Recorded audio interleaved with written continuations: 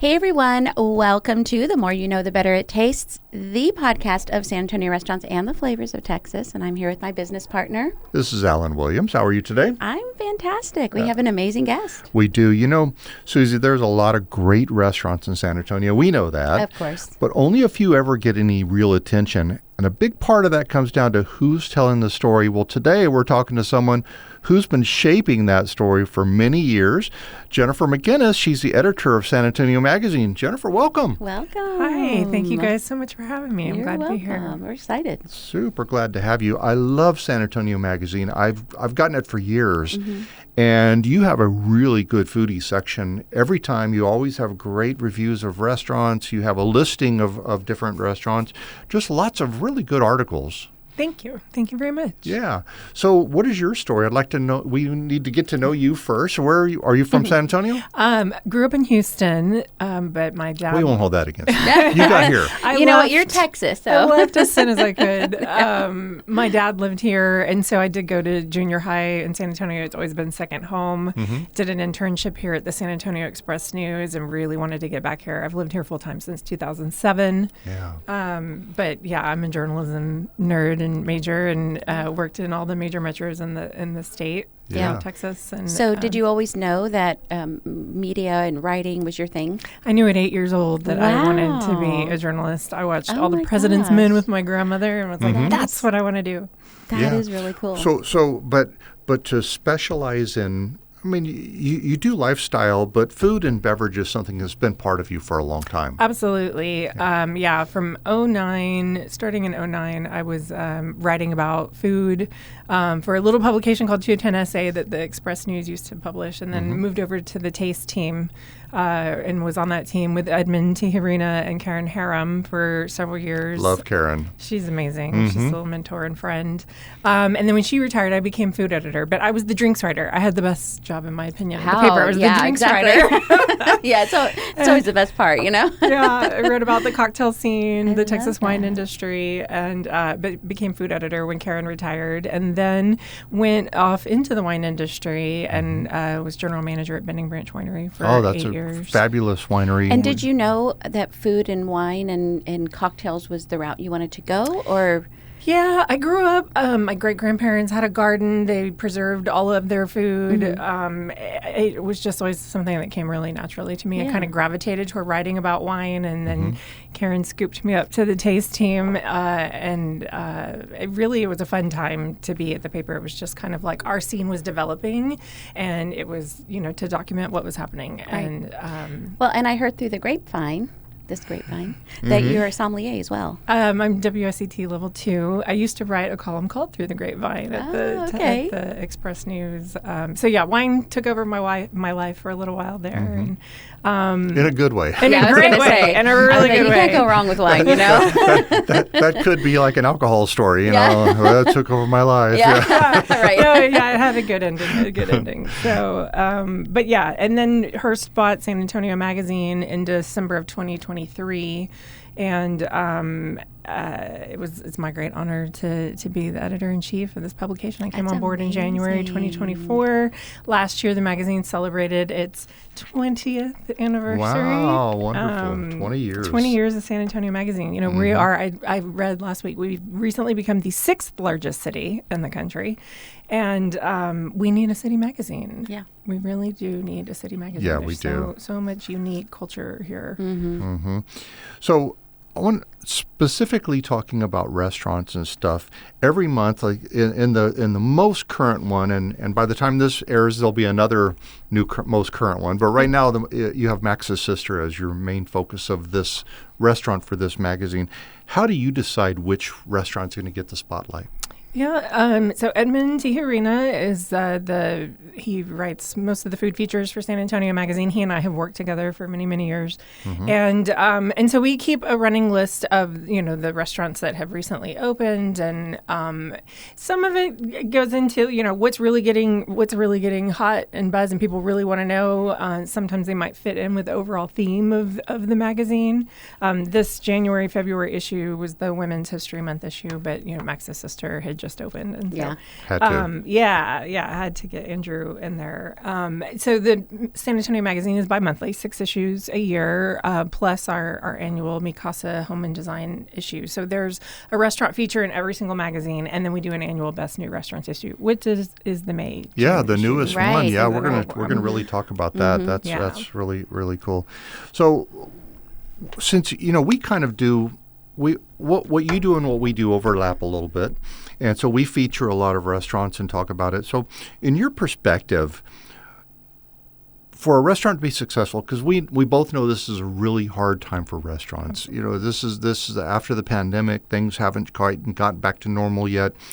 But is great food enough to get attention today? What does it take for a restaurant to succeed?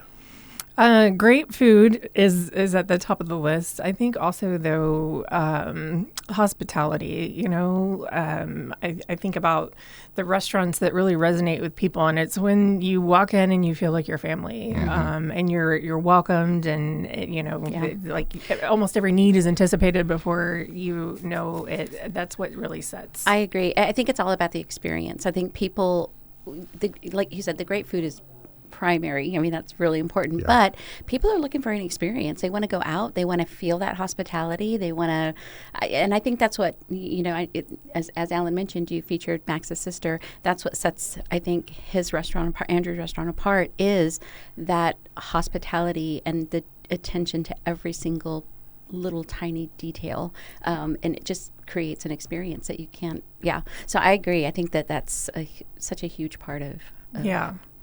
Yeah, I think people, you mentioned it is a tough time for restaurants, but I also think people are really craving connection and community, and that is, most restaurants are attractive for that reason.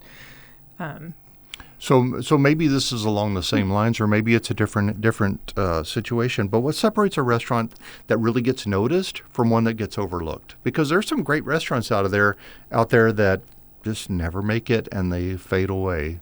What do you think it is that makes them not get noticed? Another really crucial part is getting your message out there, and advertising, whether it's through your own traditional social media channels or if you have money and a budget behind to promote. I think there's more to it than just putting your sign out and, we're open. You've got to promote yourself. And, you can do that in many, many different ways. Mm-hmm. Yep. 1,000%. And that would have been my answer as well. Right, exactly. We talked to so many restaurants, and you mentioned social media.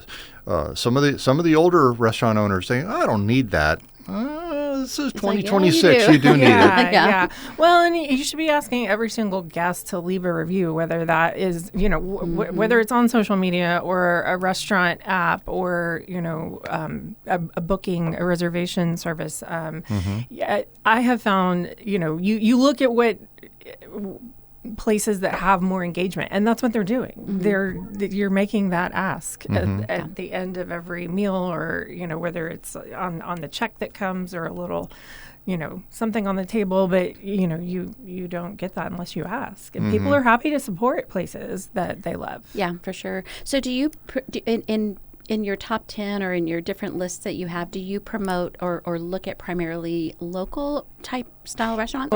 Yes. Local, no chains, unless it's like a local chain.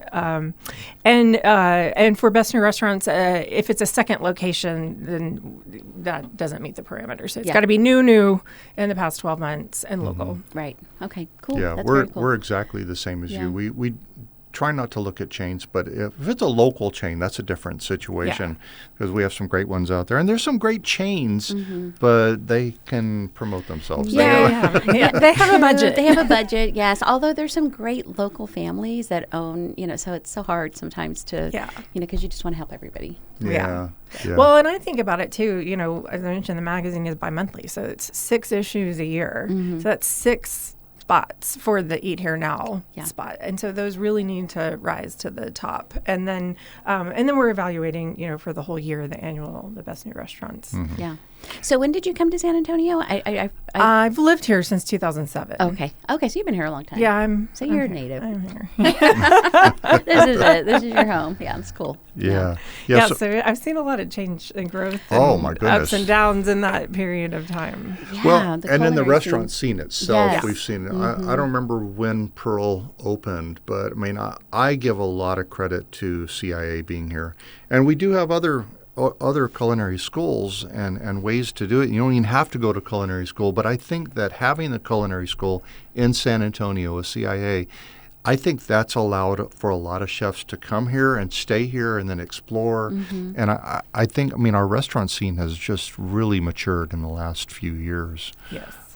It wasn't long ago we were nothing but a chain town. Right. That's all we had. So Yeah. there's some great restaurants. Well, and if you think of all of the chefs who have been nominated for James Beard, who have won so many different national and international awards, it's pretty exciting. Recognition and the City of Gastronomy designation with UNESCO. That's huge. Yep. Yeah. That's huge. Yeah. So whenever you are going to feature a restaurant and you go out, is it, there's two ways to promote, or not promote, but to find out and investigate a restaurant. One is you go out one day, you sit down, you talk in one interview, and you're done. And the other one, you go for several days before you finally get something out there. How do y'all normally? What's your typical process before you put the story in the magazine? Is it just a quick interview and you're done, or is it? So usually it's Ed that's doing that, and so he's going to making a restaurant visit, and then he's following up with an interview with the chef. Yeah, specifically for the Eat Here Now feature, and then we might have other food features that we're going to interview multiple people. Sure. Yeah. So you do have several features in each edition of your magazine. You have several different sections of food. What are the different sections that you have? Yeah. So the magazine's divided up into sections. The front section is the In the Loop section. So those are kind of the quick hits, the person of interest, influencers. That could be, anybody. That could be a chef. It could be somebody that owns a shop. City development, those kinds of quick hit news pieces. And then it goes into the eat and drink section that we have the Eat Here Now feature in every issue, except for the best new restaurants issue, because there are a lot of restaurants in that issue. And Imbibe, so we feature a bar. Then we go to the Good Life section, which is like home, travel, fashion, spas, and then the feature and then the magazine goes into the calendar listings and some art, the restaurant listings, as you mentioned. I brought those back this year because I felt like that was really a service to the reader. Yeah. So this probably doesn't happen with you because y'all are, especially with Edmund, he is actually picking the restaurants that you're going to feature, and so you already like that restaurant. Is there a time where you're starting to do anything? I don't really like this restaurant. I really don't like this their whole vibe, but you have to do it anyway. You're there. Has that happened? Well, and you don't have to. We don't have to. Don't name We don't the have restaurant. to. And Yeah. because of the timing in the magazine, it's a 2-month cycle, so there's plenty of time to. But the Eat Here Now feature, those are usually pretty solid. Yeah. The best new restaurant list, it's kind of like a rolling list throughout the year. There are certainly places that roll on there and roll right off. Right. Sure. So, Yeah. That's true. Yeah, I was going to say we're pretty hands-on as well. Like when if we're going to feature or going to talk to a restaurant or whatever it is, we always go and eat there first. We want to try the food. We want to get to know the chef. We want to understand. We want to learn their story and all that kind of thing. And then you're invested from that point on. But there are times I think when we might go somewhere and it's like. Yeah. I was okay. Yeah, it's missing something. Yeah. Yeah, and I've even asked Andrew Weissman this. I've asked a lot of different people. I'm always looking for what is it that makes a restaurant fun, because my wife always says that. She says, "Well, the food was good, but it wasn't fun." And I think that's what you were talking about. Yeah, you've kind of already touched that. But what would you say? Do you agree with that? Yeah, I mean, I kind of think about like would I go back there? Like did I have a great experience? Was I comfortable while I was there? And so I guess fun is a good way of putting it. But to me it feels like welcoming.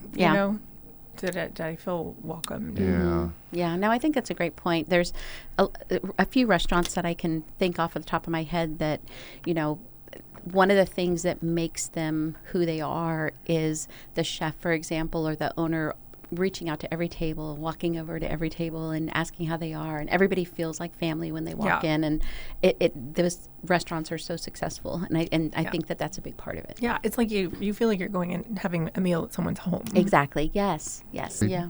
Thing. All right. Well, you know what? We've got about halfway through here, so let's take a break, and we will be back with Jennifer McInnis, editor of San Antonio Magazine. Yes. We'll be right back. We'll be right back, and we're going to be talking about an amazing sponsor. We have our San Antonio POS is our sponsor for this podcast. They are absolutely fantastic. If you are a local restaurant and you're looking for an amazing POS company, he uses Shift 4. They're fantastic.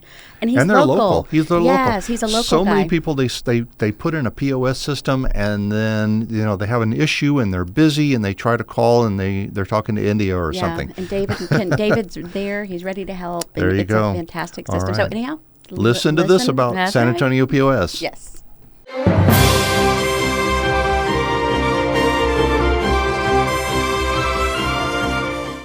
Have you heard these before? It's too expensive. There's no money up front. It's only $30 a month per device. My staff won't know how to use it. It's easy. It takes one shift and everybody's got it. My staff won't learn it fast. It's so easy. By the end of the first shift, they'll be experts. It's just a POS. Oh, it's not just a POS. It's table-side ordering. It's QR ordering. It's all-night ordering. We even give you a free website. If you don't have a website, we'll give you one. And that's why Alamo Biscuit Company uses SkyTap, powered by San Antonio POS. And that's why Alamo Biscuit Company uses SkyTap, powered by San Antonio POS. Oh, it's perfect. And we are back, and today we have Jennifer McInnis of San Antonio Magazine. She's the editor. She's also spent some time in the wine world, so I just wanted to jump into that a little bit. For a while, you were the wine expert at Bending Branch Winery. I was general manager at Bending Yeah. Branch. Mm-hmm. So has your background with the wine, has that influenced the way you evaluate a restaurant? Do you look at a restaurant to see what they're carrying and how they pair and things? I certainly always look at the wine list. I also oversaw distribution throughout the state, and so I'm always interested in what is on a wine list, where is it coming from, and for sure, if it's a restaurant that wine is a big part of their program, that is absolutely something that I'm judging. Yeah. Yeah. Yeah, I would imagine so. Yeah. I don't know if you know the answer to this. I think the alcohol industry is changing rapidly with THC drinks being popular, and young people aren't drinking as much as they used to. Do you think that's affecting restaurants and how they present their menus?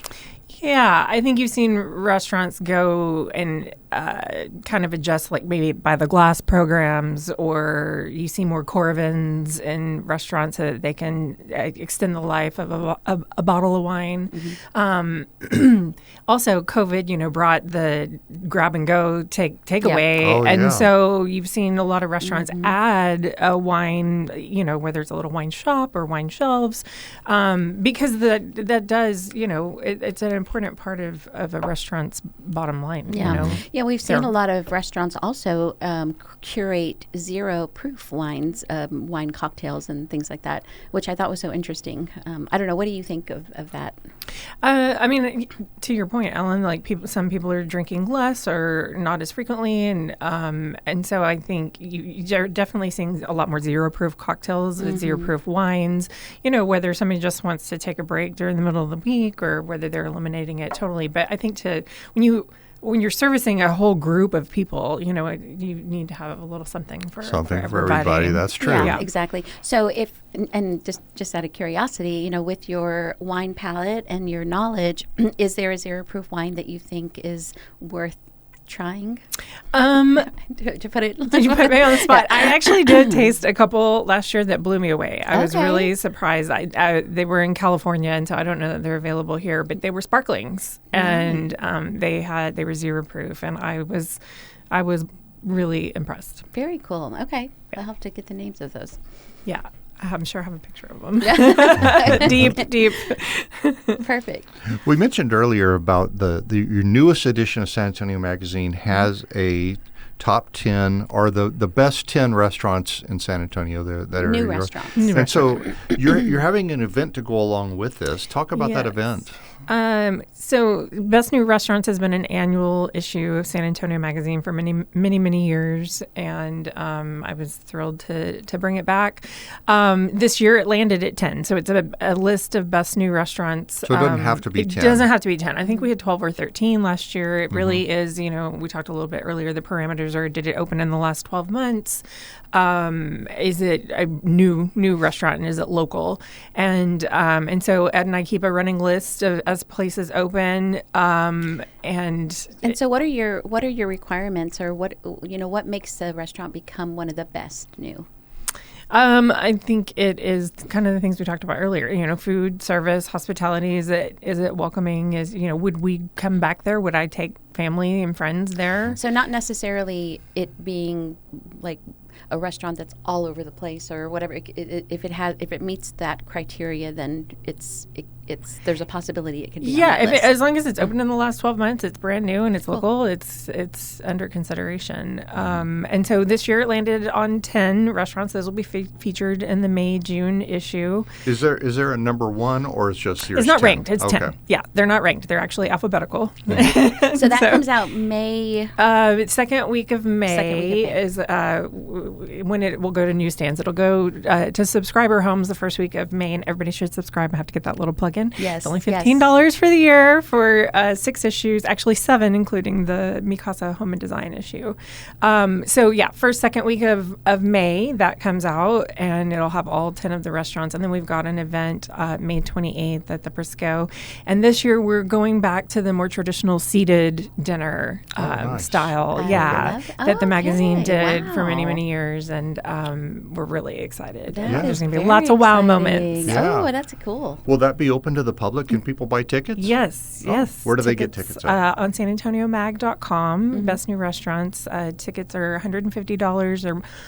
They're seated, paired, talking about wine, for every course. And so wow, that's amazing. It's going to be amazing. So are all 10 restaurants going to be so they're confirming. It's up to the restaurant if they're available and if they're able to be there. So not everyone has confirmed yet, but I'm hoping as many of them. They're excited. So I'm hoping as many of them are there as possible. Can you reveal any of the restaurants in here? Can we ask? By the time this comes out, I think it'll be on the stand. It might be. There's some natural ones that I think come, Max's Sisters in the January, February. Obviously, Max's Sister is on the list. And let's see, who else can I reveal? Tacopolis. Oh, yeah. Tacopolis is on the list. And King William Wine Company. Speaking about wine. I have not been there yet. I'm interested to go. Yeah, they will actually be at the event also. Okay. I love it. That's great. Well, we have some great news for everyone listening, and we are going to be giving away 2 tickets to this event. You are. Wow, how exciting. That is very exciting. So what you need to do, go to the San Antonio Restaurant Group on Facebook, and we will have a contest, and we're going to find somebody. We're going to give away 2 tickets to attend this event. And I just have a feeling it's going to be me. I'm going to win. I feel lucky. Right. Somehow, I think it's going to be me. Exactly. Sorry, Susie. Not you. Yeah, sorry, Suze. No, that's okay. I'll figure out a way. So you guys actually have quite a few events throughout the year, or at least another one coming up, right, in October? Yes, we're bringing Burger Bash to San Antonio. So Burger Bash Austin Monthly, which is our sister publication in Austin, has done a Burger Bash for 3 years in Austin. So we're going to bring that to San Antonio, where it's how many burgers can you taste in an afternoon and vote for your favorites, and everybody loves burgers. Of course, absolutely. Do you know where it's going to be? Stay tuned. Stay tuned for the reveal on that. All right. Very cool. All right. So that's in October. We'll be looking forward to that. Yeah, for sure. In October. And That's then exciting. we just did, I just have to get this plug in for the March-April issue every year is a Women's History Month issue. And we do a big event called Dream Big. It's all about women empowerment and just a fun day of activities. So where is that going to be? That's at the Botanical Garden every year. We just had it in March, so it'll be next March. But awesome. I think it's I March love that. 19th. But that's an amazing event too. That'll be great. Now, I wanted to ask: is there an online version of your magazine? You said sanantonio.mag or something like that. SanAntonioMag.com is the website, and so when the magazine comes out, the content is in print first. We're a little bit different in that way, in that we, it's a legacy product, and people want to hold it and want this on the coffee table. Yeah. And then after the magazine comes out, then the stories get posted on the website. And promoted through our social media. So SanAntonioMag.com. Great. Perfect. All right, And then you're of course on Instagram, all of the Instagram, Facebook, YouTube, and LinkedIn primarily. Yeah. Perfect. Yeah.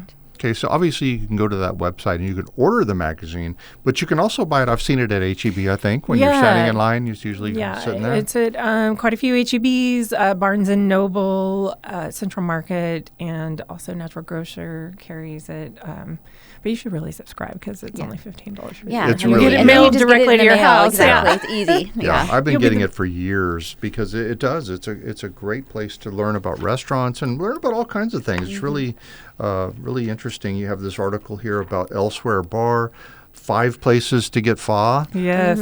Pho is P-H-O. People think it's pho. It's pho. And so that's really cool stuff. The May June issue that's coming out also has a mental health professional section in it for awesome. May's Mental Health Awareness Month, and so almost every issue has an initiative in it. We've got our top doctors, our top attorneys, top mental health pros, SA Faces, which is a really big one, kind of like the people who make our city so incredibly unique. And then in the Dream Big issue, we've also got a Women to Watch section. That's so awesome. Building community.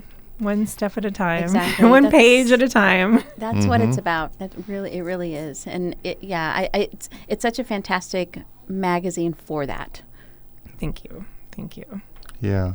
And so everyone be looking for this magazine. It really is good and has a lot of good information. And be looking for May 28th at the Briscoe Western Art Museum is that Best New Restaurants event. That's going to be a lot of fun. Yes, and go and subscribe so that way you can get this latest Best New Restaurants magazine. Issue. Get it in the mail. Yeah. Exactly. Yeah. And you can go to all of them. 50% off the cover price if you subscribe. Okay. Okay, perfect. Yeah, because it's so affordable anyway, and it's worth getting, and it's nice to have. $15 for 7 issues. That's it's a steal. Yeah. Very Support good. local journalism. Exactly. Yeah. Yeah, I love that. All right. Well, Jennifer, thank you so much for being here today. This has been you. really interesting, and pleasure. looking forward to that event. And so everyone be looking on San Antonio Restaurant Group for the contest. I know. That's and so we'll exciting. be giving away 2 tickets. So Yeah. Exciting. Thank I'll you. see you there, Alan. just have that feeling I'm going to win. That's right. Exactly. Yeah. Oh, so cool.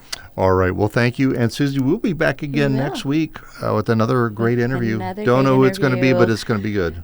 I mean, so many, this is what I love about what we do is we get to meet amazing people in the city and doing amazing things. So it's really cool. Very true. Thank you for Very what true. you guys do as well. Oh, thank you. Thank Thank you. We so do much. try to promote local. There are so many great local restaurants, so that's what it's all about.